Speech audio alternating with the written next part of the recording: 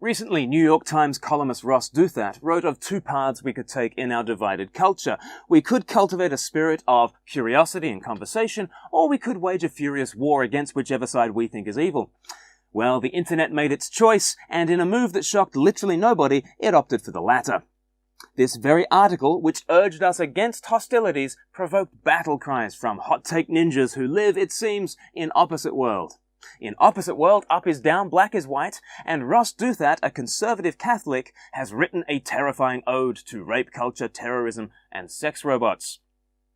Ross Douthat is not celebrating rape culture, terrorism, or sex robots. Do you know how I know this? Because I read the article, and I'm not living in opposite world. Or am I? Of course, that's exactly what I would say if I was living in opposite worlds, so... Ross Douthat's column begins by citing the disturbing violence of some incels. Incels are so-called involuntary celibates who feel so entitled to sex that some have gone on murderous rampages in pursuit of what they see as sexual justice. Apparently, incels are owed a sex life and feel there should be some kind of sexual redistribution so that they, the have-nots, get in on the action of the haves. Douthat, clearly not a fan of their philosophy, nor of murderous rampages more generally, pointed out the philosophy feeding the incel movement, in particular, the idea that we are owed a sex life. Douthat wrote, "The culture's dominant message about sex is still essentially Hefnerian. A message that frequency and variety in sexual experience is as close to a summum bonum as the human condition has to offer, that the greatest possible diversity in sexual desires and tastes and identities should not only be accepted but cultivated, and that virginity and celibacy are at best strange and at worst pitiable states." This is Douthat's thesis, that our culture sees sexual self-expression as our highest good and therefore as some kind of human right. There is no doubt that this feeling exists, that it feeds the incel movement, and also perhaps the market for sex robots.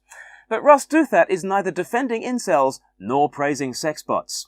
He's doing something far more alarming and hence the outrage. Douthat has the nerve to question whether a sex life is our birthright. In doing so, of course, Douthat is pitting himself against the incels. He's on the side of the voluntary celibates, the faithful celibates, the single, the widow, the disabled, the incapacitated, the asexual, and everyone who might be excluded when you exalt sex to a supreme marker of human worth. If he's right, he's saving us from the incels. He's saving us from a rape culture where men feel entitled to women. He's saving us from a pathetic, groin-centric account of humanity. He's saving us from a pornographied world where everything is libido. And heck, he might even be saving us from the sexbots.